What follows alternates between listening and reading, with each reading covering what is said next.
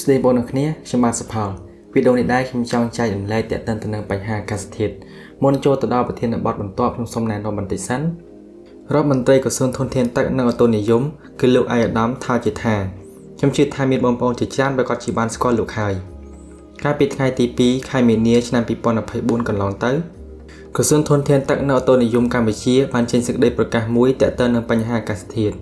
ខ្ញុំសូមអានសេចក្តីរាយការណ៍នេះដូចតទៅតាមចំណុចទី2ការព្យាករណ៍ស្ថានភាពអាកាសធាតុនៅកម្ពុជានៅរដូវប្រាំងឆ្នាំ2024សីតុណ្ហភាពនៅទូទាំងប្រទេសនឹងឡើងខ្ពស់ជាងមធ្យមភាគ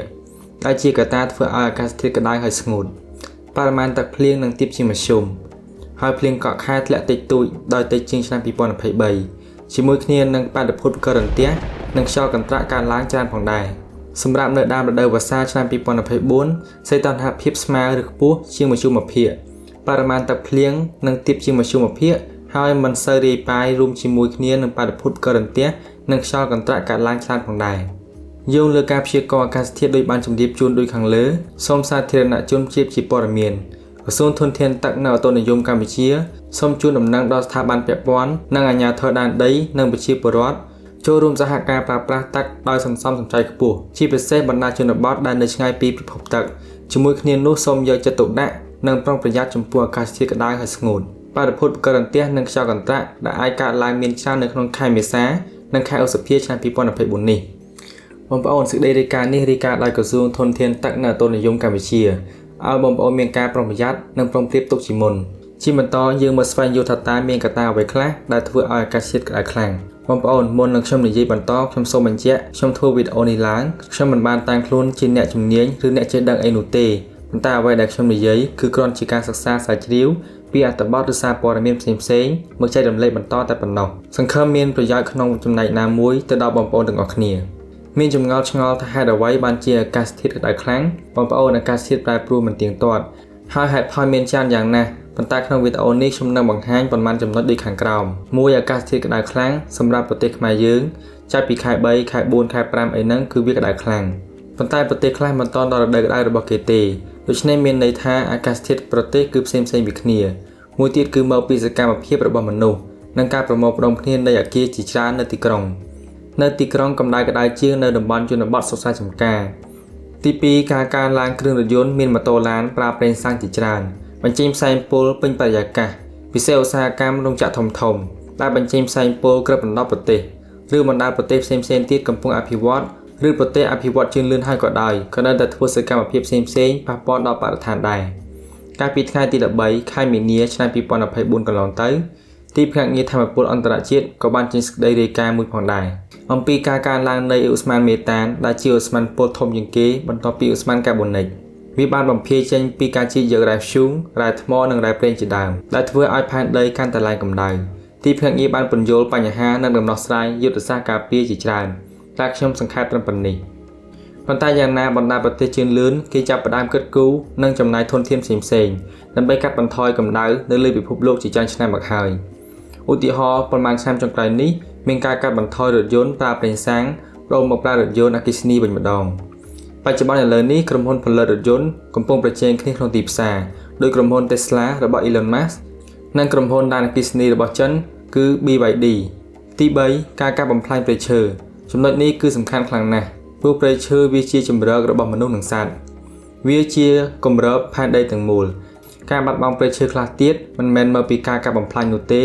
តែមកពីបញ្ហាធម្មជាតិភ្លើងឆេះព្រៃមិនថាប្រទេសខ្មែរយើងឬប្រទេសគេទេពេលឆេះម្ដងវាបញ្ចេញឧស្ម័នឬភាពល្អិតដែលជាប់កម្ដៅនៅក្នុងបរិយាកាសដែលរួមចំណែកធ្វើឲ្យកម្ដៅកាន់តែក្តៅខ្លាំងទាំងនេះជាបញ្ហាដែលធ្វើឲ្យផែនដីឡើងកម្ដៅជាបន្តខ្ញុំសូមបង្ហាញពីវិធីខ្លះៗដើម្បីការពារពីអាកាសធាតុក្តៅកុំឲ្យមានបញ្ហាសុខភាពបងប្អូនខ្ញុំដឹងថាវីដេអូនេះមិនអាចជួយបងប្អូនបាន 100% នោះទេតែខ្ញុំសង្ឃឹមថានឹងមានប្រយោជន៍ដល់បងប្អូនទាំងអស់គ្នាមួយចំនួនទី1ផឹកទឹកឲ្យបានច្រើនពេញមួយថ្ងៃទោះបីជាមិនមានអារម្មណ៍ថាស្រេកទឹកក៏ដោយជៀសវាងពិសាគ្រឿងស្រវឹងនិយាយដល់បញ្ហាគ្រឿងស្រវឹងខ្ញុំសូមបើកវងក្រចកលម្អិតបន្តិចព្រោះមិនមែនធ្វើឲ្យក្តៅឬនាំឲ្យខ្សោះជាតិទឹកក្នុងខ្លួនតែមួយមុខនោះទេ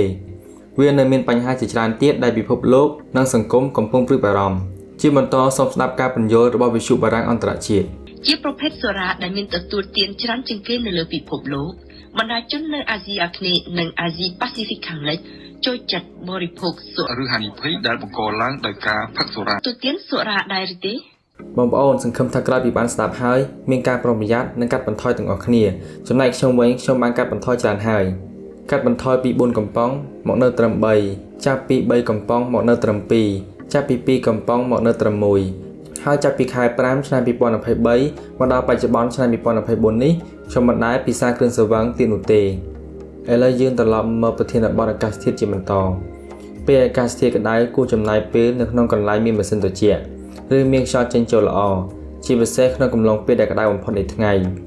បើសិនបងប្អូនយើងដែលនៅស្រុកស្រែចម្ការមិនទាន់មានម៉ាស៊ីនត្រជាក់នោះទេសូមប្រើកង្ហារឬងូតទឹកត្រជាក់ព្រោះវាក៏អាចជួយបានច្រើនផងដែរទី2ស្លៀកពាក់ឲ្យសមរម្យស្លៀកសម្លៀកបំពាក់ស្រាលរលុងជៀសវាងស្លៀកពាក់បែបរឹបពីព្រោះវាធ្វើឲ្យថប់ខ្យល់ហើយបែកញើសកាន់តែខ្លាំងបើពាក់មួកវិញគួរពាក់មួកដែលមានកែមធំទូលាយម្យ៉ាងទៀតសកម្មភាពខ្លះបើអាចជាបានគួរជៀសវាងដូចជាការចេញដើរទៅក្រៅផ្ទះក្នុងកំឡុងពេលដែលថ្ងៃក្តៅបំផុតជាធម្មតានៅចន្លោះម៉ោង10ព្រឹករហូតដល់ម៉ោង4រសៀលតែបើចាំបាច់ត្រូវចេញទៅក្រៅពេលដែលថ្ងៃក្តៅបំផុតនោះគួរស្លៀកពាក់និងរៀបចំខ្លួនដោយករណីដែលបានរៀបរាប់ខាងលើមុនចេញទៅក្រៅប្រទេសចំណុចទី3ខ្ញុំដឹងថាភាគច្រើនប្រុសៗយើងមិនទម្លាប់ធ្វើទេខ្ញុំអ្នកនិយាយក៏មិនធ្លាប់ធ្វើដែរសម្រាប់មនុស្សប្រុសបើមានក៏មានភាគតិចតែស្រីៗវិញប្រហែលជាមានភាគច្រើនព្រោះពួកគាត់ត្រូវថែរក្សាស្បែកយកចិត្តទុកដាក់ក្នុងការការពារដោយលាបឡេការពារកម្ដៅថ្ងៃការពារស្បែកពីរស្មី UV ពីព្រះអាទិត្យទី4ឧស្សាហ៍តាមដានភេកក្រសួងធនធានទឹកនិងឧតុនិយមព្រោះមានសេចក្តីរាយការណ៍រាល់ថ្ងៃរាល់ព្រឹត្តិការណ៍ធំដើម្បីឲ្យប្រជាពលរដ្ឋមានការប្រុងប្រយ័ត្នជាមុនបើយើងមិនដឹងសោះនោះអ្នកខាត់បងគឺជាយើងទាំងអស់គ្នាហើយនៅពេលមានបញ្ហាគ្រោះធម្មជាតិកើតឡើងត្រូវពិនិត្យមើលបុគ្គលដែលងាយរងគ្រោះមុនគេព្រោះពួកគេងាយរងគ្រោះនឹងជំងឺមានកុមារតូចៗមនុស្សចាស់និងសត្វចិញ្ចឹមដោយសារកម្ដៅឬបាតុភូតផ្សេងៗដោយធ្វើតាមគន្លឹះទាំងនេះសង្ឃឹមអាចជួយបងប្អូនទាំងអស់គ្នាបានក្នុងចំណែកណាមួយរួមទាំងខ្ញុំអ្នកនិយាយខ្លួនឯងផងដែរព្រោះថាខ្ញុំមិនមែនជាអ្នកជំនាញផ្នែកសុខភាពអីនោះទេគ្រាន់តែសិក្សាស្រាវជ្រាវហើយយកមកចែករំលែកបន្តតែប៉ុណ្ណោះចុងក្រោយបើមានកំហុសឆ្គងសូមអធិស្ឋានហើយបើបងប្អូនគិតថាវីដេអូនេះមានប្រយោជន៍សូមជួយចុច like និង share បន្តផងសូមអរគុណ